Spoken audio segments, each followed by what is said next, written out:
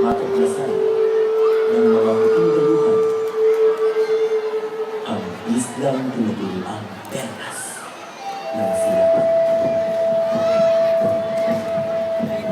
Mamamayang nakikita sa mga pangpang ng ilog, kanilang pambuhay sa barter trade ay pinulungan.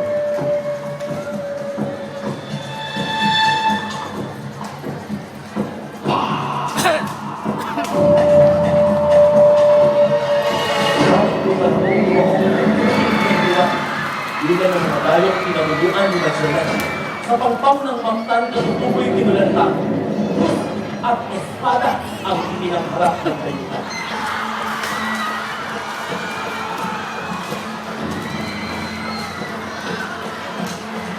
Unti-unting nakabuluhon ang mga katutubo. Kasilakan ng iskay sinamantala ng mga subo. Isulis ng bulan ang isubo sa mga tao. Pinatawan ng pulis at pwersa ang pagtatrabaho.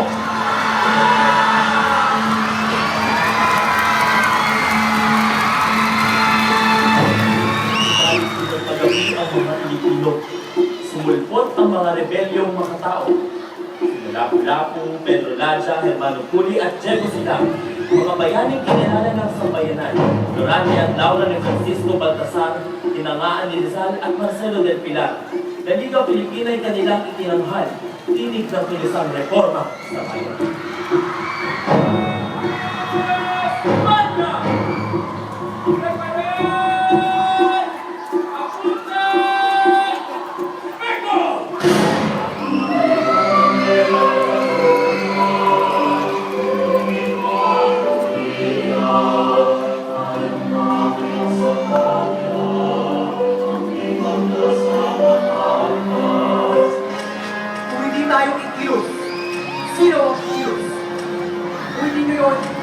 Kaya, ang sedyo lang ito ay tanda ng ating pagkalit.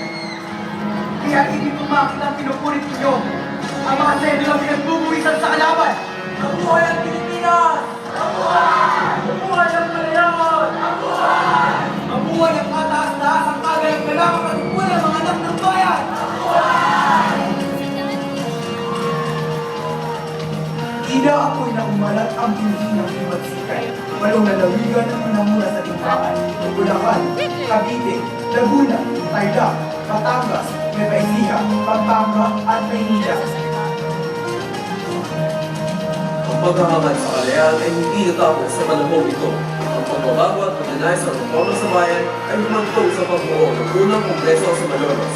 At mula rito, naitatag ang kauna-unahang republika sa buong Asya, ang Republika ng Malolos.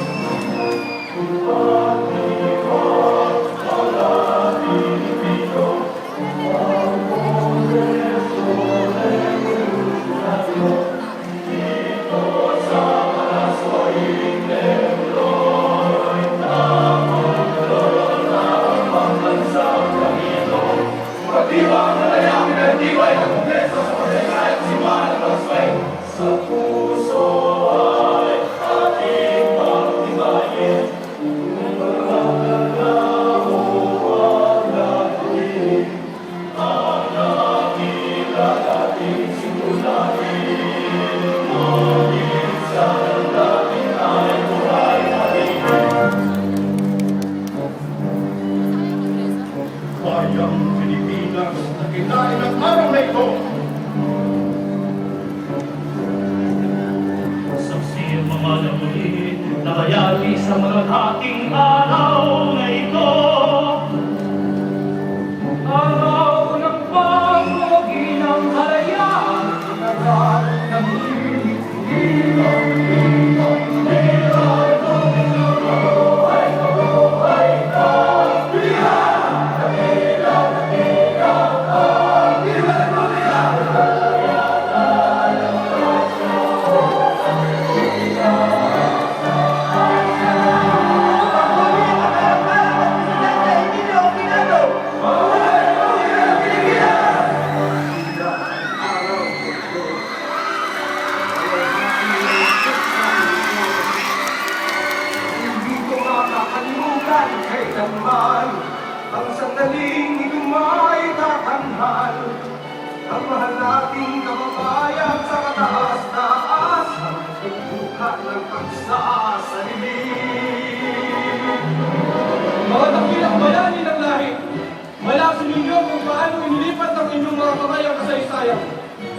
ang paglago at pagyabong nito.